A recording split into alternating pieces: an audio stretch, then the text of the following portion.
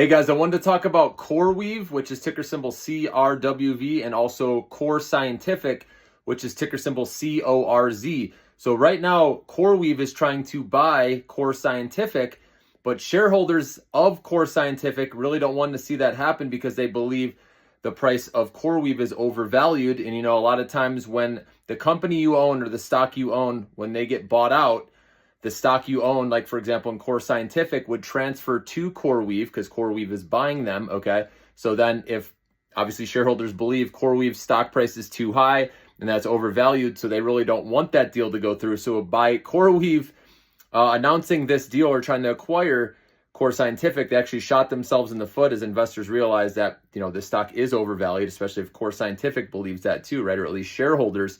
And so I think, I've said since the beginning when CoreWeave was over 150, I said it was a good short when it was up there. Okay, now it's down at 106 bucks a share. This is one I said I won't touch unless it goes under 100, ideally under 80. So I do think this stock has more room to fall because they're burning a lot of money. Their financials are not good, okay? Their revenue growth is good, but other parts, are not. And so I do believe it's only a matter of time before the stock corrects because also insiders will be able to sell their shares September 24th, guys. So mark your calendars for that day because when insiders can sell, I'm sure it will dump. If not before then, it'll happen, on that day or a little bit later, okay?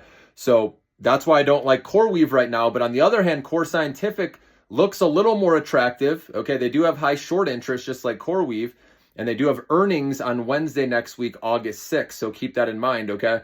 So you might want to wait to see what earnings are, okay? But they do have better financials. They're not amazing. They don't have positive free cash flow, just like CoreWeave. But some of their other numbers, they actually have a forward PE ratio, which CoreWeave doesn't.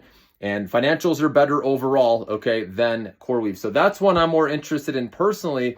And also, I don't know if you know this, but CoreWeave actually owes Core Scientific $10 billion because Core Scientific leases out the data center space to CoreWeave, which is interesting. So this company, like I said, I'm going to watch earnings because last earnings they showed revenue growth fell, even though earnings showed narrower losses. Revenue growth was down. But if that changes this quarter, this is one stock that could go higher, CORZ. So it's one I'll be watching and one to let you know.